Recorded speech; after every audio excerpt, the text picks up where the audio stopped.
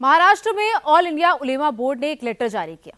चुनाव में मुस्लिम वोटों के बदले महाविकास अघाड़ी के सामने 17 शर्तें रखी गई। एमवीए ने उलेमा बोर्ड की शर्तें मान ली। वोट जिहाद वाली टीम तैयार हो गई। इलेक्शन जीतने के लिए वोट जिहाद वाली टीम कैसे बनती है, वोट हासिल करने के लिए कैसे तुष्टीकरण का खेल खेला जाता है, महाराष्ट्र में इसका सबसे लेटेस्ट एग्जाम्पल दिख रहा है। उलेमा बोर्ड और महाविकास अघाड़ी की टीम बन तो गई है, लेकिन क्या ये कॉम्बिनेशन 145 के मैजिक नंबर तक पहुंच पाएगा? और अगर मुसलमान को 10% आरक्षण मिलेगा तो किसका रिजर्वेशन कटेगा? इस रिपोर्ट में देखिए।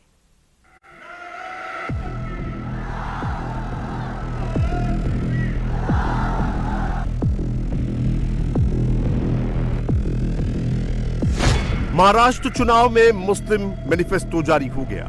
समर्थन की शर्तें तय हो गई। महाराष्ट्र में महाविकास अघाड़ी जीती तो क्या मुसलमानों को 10% आरक्षण देगी?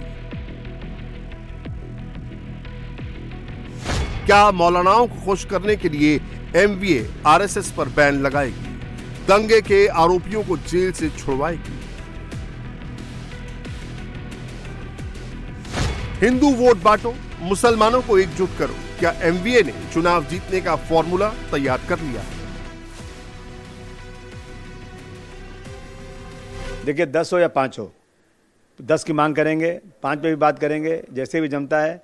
और इस सरकार महाविकास अघाड़ी ने कहा है कि हम लोग 50% का जो रिजर्वेशन कोटा है वो हम हटा करके हाउस में अमेंडमेंट करेंगे। इसमें तो सबको रिजर्वेशन मिल जाएगा। एक तरफ 16% की बात हो रही है, 50% का जो वो रिजर्वेशन मिल ही नहीं सकता, फिर सब कोशिश क्यों कर रहे हैं ये लोग कि मिलना चाहिए? तो जब तक पार्लियामेंट में अमेंडमेंट नहीं होगा, जब तक नहीं होगा, हमारी कोशिश जारी रहेगी कि मुसलमानों को भी रिजर्वेशन मिलना चाहिए। महाराष्ट्र में महाविकास अघाड़ी का घोषणा पत्र जारी हो चुका है। महायुति ने भी अपना घोषणा पत्र जनता के सामने रख दिया है। सरकार बनने के बाद पार्टियां कैसे काम करेंगी, क्या काम करेंगी, ये उसका विजन डॉक्यूमेंट है। लेकिन महाराष्ट्र में मुसलमानों ने भी अपना मैनिफेस्टो जारी कर दिया है। और अगर महाराष्ट्र में महाविकास अघाड़ी को मुस्लिम वोट चाहिए तो उसकी कीमत तय हो गई है। मौलानाओं के डिमांड वाली लिस्ट तैयार है। समर्थन वाली चिट्ठी छप गई है।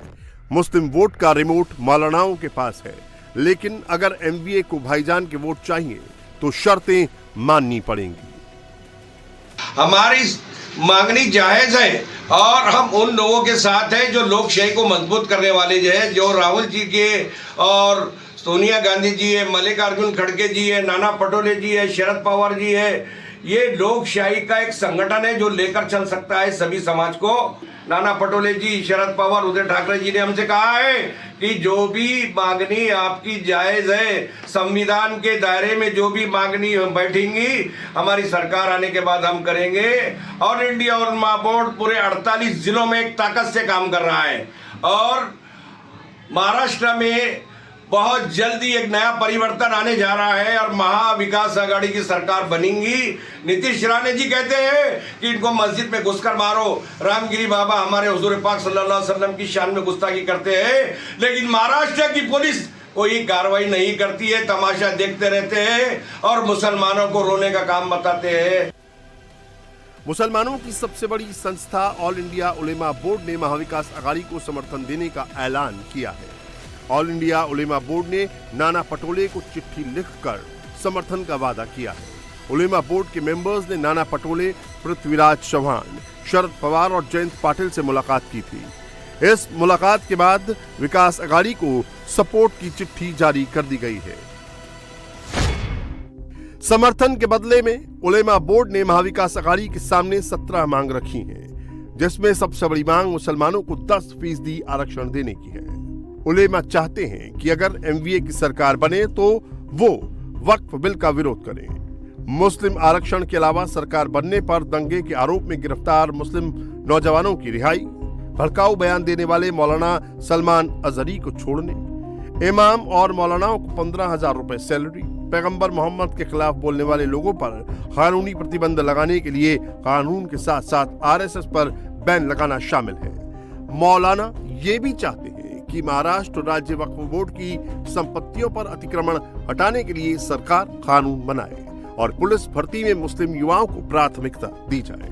डिमांड की लिस्ट में महाराष्ट्र वक्फ मंडल के विकास के लिए 1000 करोड़ का फंड, महाराष्ट्र के 48 जिलों में मस्जिद, कब्रिस्तान और दरगाह की जब्त जमीनों का आयुक्त के जरिए सर्वे कराना भी शामिल है।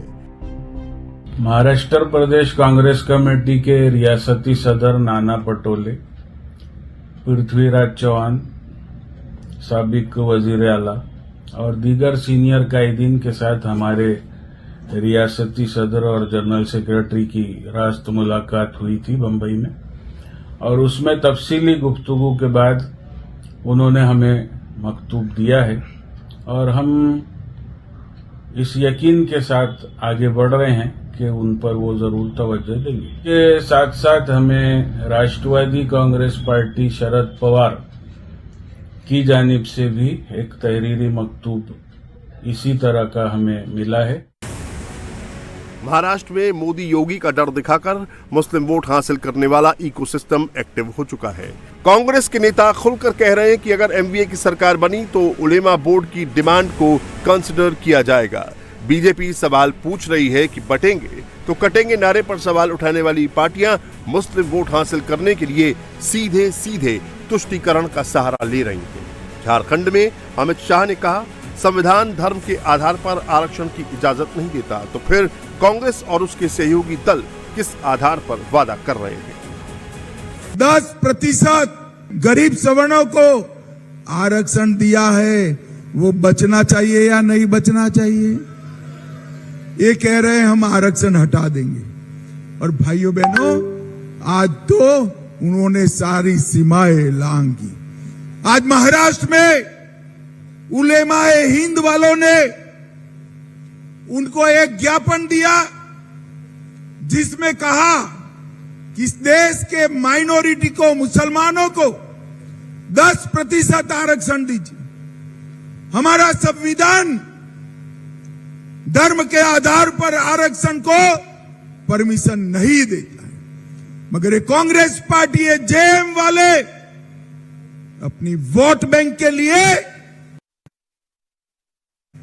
10% आरक्षण वो मुसलमानों को देना चाहते हैं। मैं आपको पूछता हूं, सुप्रीम कोर्ट ने 50% की मर्यादा बांधी, ये कहां से लाएंगे 10%? किसी का तो कम करना पड़ेगा या नहीं करना पड़ेगा? एसटी, एससी और ओबीसी, दलितों का, पिछड़ों का, आदिवासियों का आरक्षण खत्म कर एक कांग्रेस पार्टी मुसलमानों को देना चाहती है। चिंता हो रही ना? हो रही ना? मगर मत करिए। मौलाना खुलकर महाविकास आघाड़ी का साथ देने और बीजेपी गठबंधन के खिलाफ वोट देने की अपील कर रहे हैं। उलेमा बोर्ड देश के मुसलमानों की सबसे बड़ी संस्था है। महाराष्ट्र में 48 जिलों में अखिल भारतीय उलेमा बोर्ड कार्यरत है। ऑल इंडिया उलेमा बोर्ड ने इंडिया गठबंधन के नेताओं से आश्वासन पत्र की मांग की है। बीजेपी का आरोप है कि अघाड़ी के नेताओं ने उलेमा बोर्ड को आश्वासन दिया है कि सरकार बनी तो इस पर फैसला लिया जाएगा। तो श्रीमान राहुल गांधी, श्रीमान खड़गे जी, अगर पूजा पद्धति उपासना के नाम पर हिंदू हो मुसलमान हो आरक्षण नहीं मिल सकता, तो वोट की सौदागरी में कहां तक जाएंगे आप? नाना पटोले अपने मन से ये पत्र लिख रहे हैं जो आपके अध्यक्ष हैं, या आपकी सहमति से पत्र लिख रहे हैं? ये बताइए आप। बीजेपी जानना चाहती है राहुल गांधी कांग्रेस पार्टी कितना देश को तोड़ेंगे आप वोट के लिए? कहां तक जाएंगे आप? कोई शर्म बची है आपको? वोट के लिए कुछ भी स्वीकार कर लेंगे आप? ऑल इंडिया उलेमा बोर्ड के अलावा मराठी मुस्लिम सेवा संघ नाम के संगठन ने भी एमवीए के समर्थन का ऐलान किया है। मुस्लिम संगठन मराठी मुस्लिम सेवा संघ ने मुसलमानों से महाविकास आघाड़ी को समर्थन की अपील की है और पैम्फलेट बांटे हैं। इस पैम्फलेट में बीजेपी को मुस्लिम विरोधी बताकर महाविकास आघाड़ी को वोट देने की गुजारिश की गई है। बीजेपी के नेता किरीट सोमैया ने इसकी शिकायत चुनाव आयोग से की है। पुलिस से एफआईआर दर्ज करने की मांग की है। बीजेपी का आरोप है कि मराठी मुस्लिम सेवा संघ जैसे करीब 400 एनजीओ महाराष्ट्र में एक्टिव हैं, जो धार्मिक भावनाएं भड़काकर चुनावों को प्रभावित करने की कोशिश कर रहे हैं। तो कोल्ड फेडरेशन बना गया, ये जो मराठी मुस्लिम सेवा संघ, मराठी नाम दिया गया और लिखा है federation of Maharashtra Muslim league.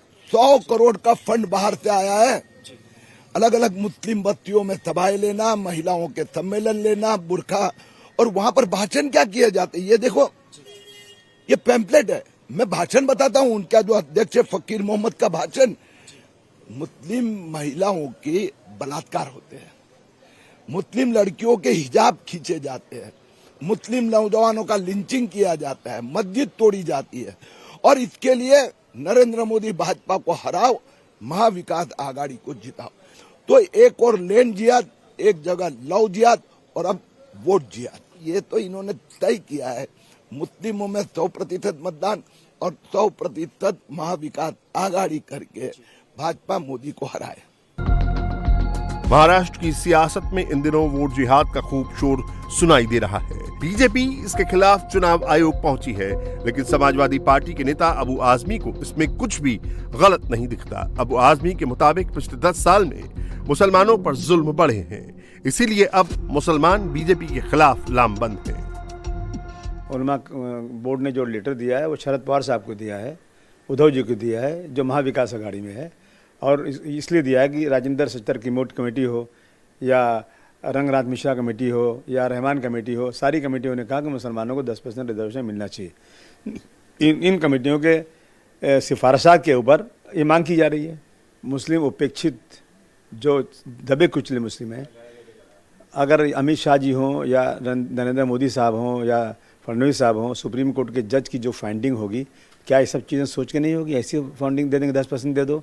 10% मुस्लिम के नाम पर नहीं, बल्कि जो डिप्रेस्ड मुस्लिम हैं उनके नाम पर सुप्रीम कोर्ट ने मोहर लगाया, कहा है, सुप्रीम कोर्ट के जज साहब ने कहा है। तो फिर मतलब इसमें कानून की कोई बात ही नहीं होती, कानून जानने वालों ने कहा है ये, तो उस बेस पर मांगा जा रहा है। महाराष्ट्र में मुस्लिम वोट के लिए इतनी जोर आजमाइश क्यों हो रही है, ये भी समझ लीजिए।